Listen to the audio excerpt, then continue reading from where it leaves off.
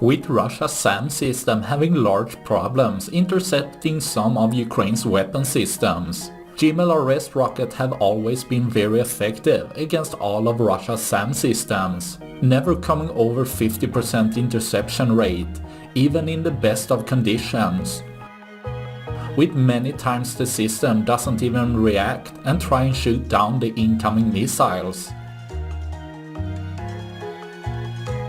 Seen here again from a previously unpublished video, showing a Pantsir getting hit perfectly by a GMLRS rocket, seeing the radar searching for targets with interception missile exploding on top, but with no attempt to shoot them down, leaving less for tomorrow. That's all I had for this video. Please like and subscribe for more. Thanks for watching. Bye.